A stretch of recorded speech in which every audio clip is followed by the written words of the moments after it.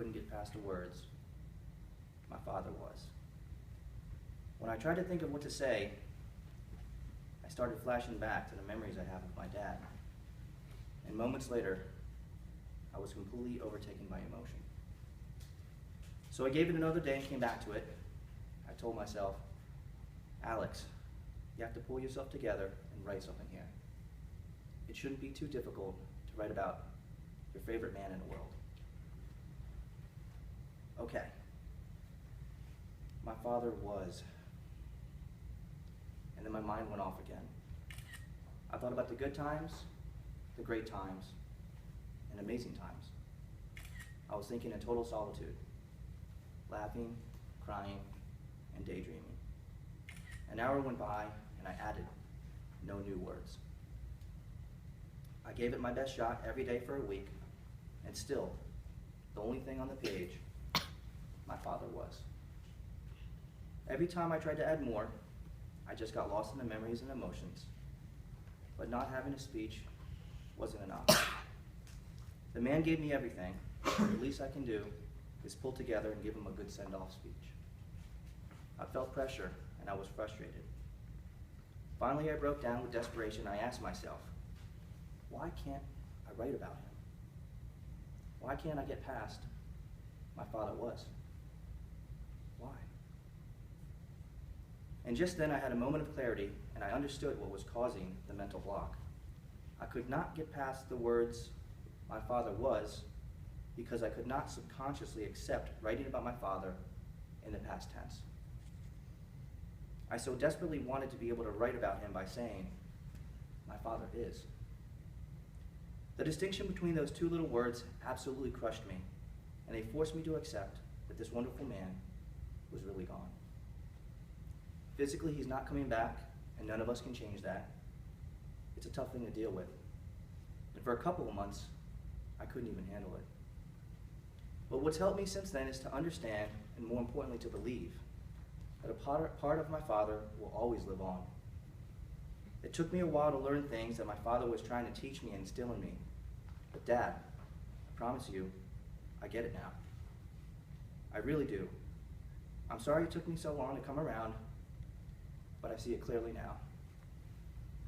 When I think about the way you approach life, I realize how good at it you were. None of the things you taught me went to waste. I think you'd be proud of me for a father that I am today, and I want you to know that all of that, that's all you. Every day that goes by of me being a father brings back memories of the father that you were, which is exactly what I emulate. I try to be like you every day of my life, and I teach my children the things you taught me. What a testament to your value as a father that you amaze me more and more as time goes on, and that I appreciate you more and more. Because the truth is, as much as I try to be a parent like you and be a great husband like you, I just can't match you 100%. You were too good. And maybe I don't need to. Maybe being half as good as you is still being really, really good. But I'll never stop trying, and my kids are going to know all about you and all about how you approach life. Through me, they will learn from you. And so you see, your spirit will never be past tense. Your spirit lives on. How great was my father? Let me tell you something.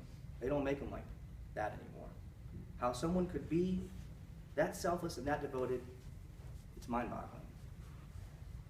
The man was so committed to his loving family, he'd forget to enjoy himself. You will never see another husband in action like him. I know because I was there, and I watched him love my mother more than I've seen anybody love anyone. And I want to be clear about something. If I told you exactly how good of a husband my father was to my mother, you'd think I was embellishing from a sense of duty that a son has at his father's funeral. But that is not the case. I swear to you, my father set a standard for being a loving husband that nobody can ever match. He adored my mother every single day until the day she died. 37 years of marriage, he thought the world of her, and thank God for every day they had together. Words really can't describe the way he felt about her or how beautiful their relationship was. Try to remember what it felt like when you had your first love-struck crush. when you were young? Do you remember how consumed by it you were? My father felt like that about my mother for the better part of 4 decades. And as much as that tells you about the type of man he was, it should also tell you a lot about the woman my mother was. She was his dream come true, and they really did live happily ever after. Can you imagine that? They literally had a storybook marriage. Again, I'm not saying any of this for the sake of being nice to a guy on the one day everyone would feel an obligation to. No, this guy really did meet the woman of his dreams. This fairy tale is actually a true story. I remember being at a friend's house when I was young, and I saw his parents get into a real argument. I remember thinking, what's going on here? Parents actually argue and fight? I had literally never seen it before.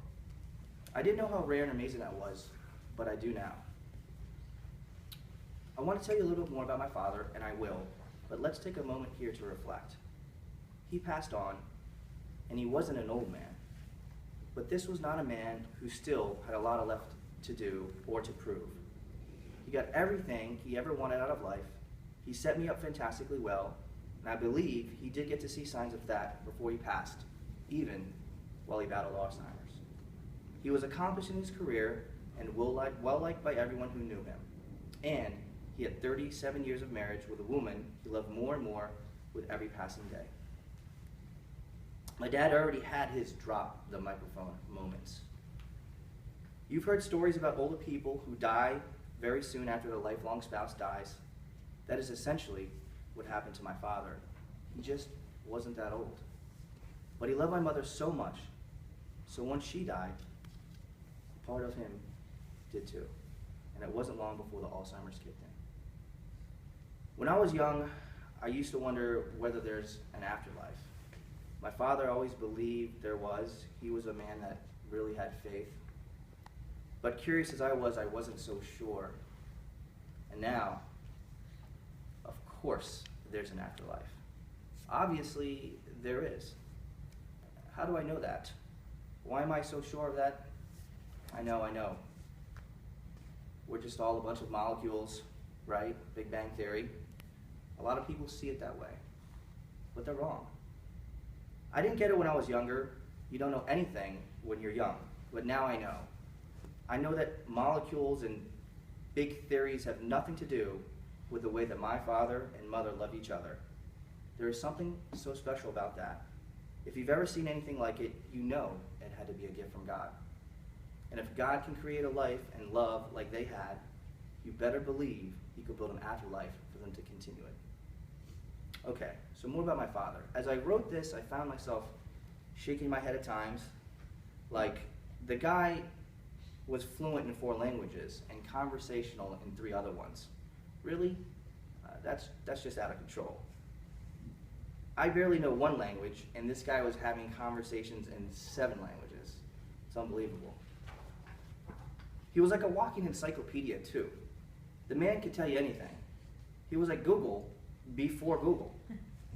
And what a problem solver. Any kind of adversity, the guy would just run it down like a Mack truck without even breaking a sweat.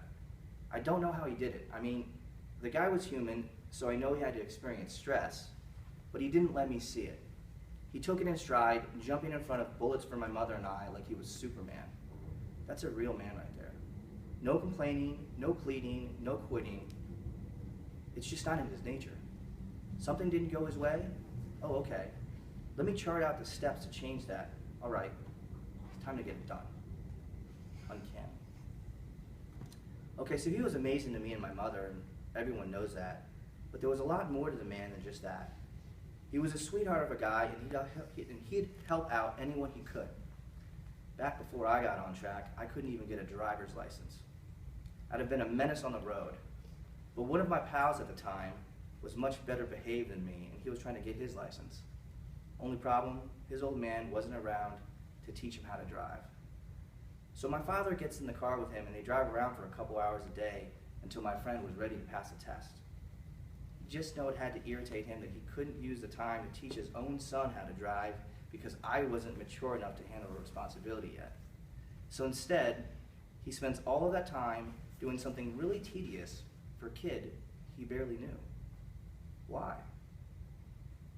Because the way he looked at it, this kid needed help, and he was in a position to help him.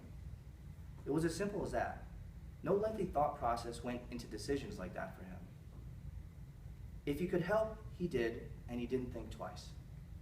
And he wasn't like my generation, doing something nice and bragging about it all over Facebook and Twitter. No. He did good things because he genuinely wanted to help people.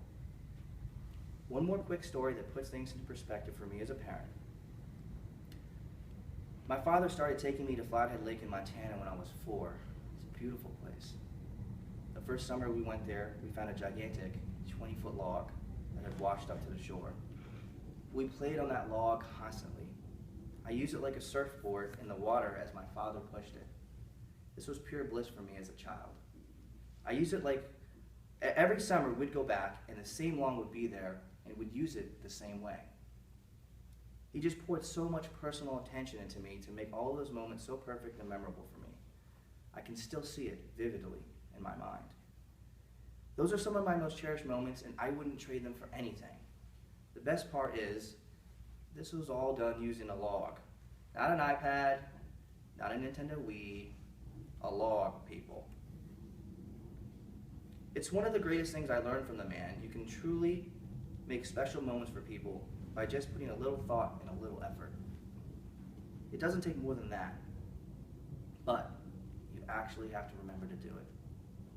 My father did it every day relentlessly, but I think most of us get caught up with what we have to do in our lives, that we go into zombie mode and we forget to do the special things for people.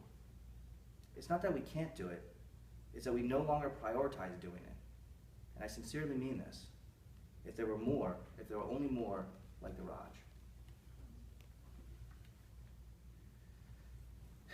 It was tough there for a little while, Dad. It was. The last couple of years and these last few months. But I know where you are now, and I know who you're with. I just want you to enjoy yourself now. You don't have to worry about anything anymore. You already did everything you ever needed to do, and so much more. It's time to relax and enjoy yourself with Mom by your side. I'll never stop thanking you, and I'll never lose sight of what you mean to me. I'll see you in my dreams, and we'll be together again someday. Bye for now, Dad.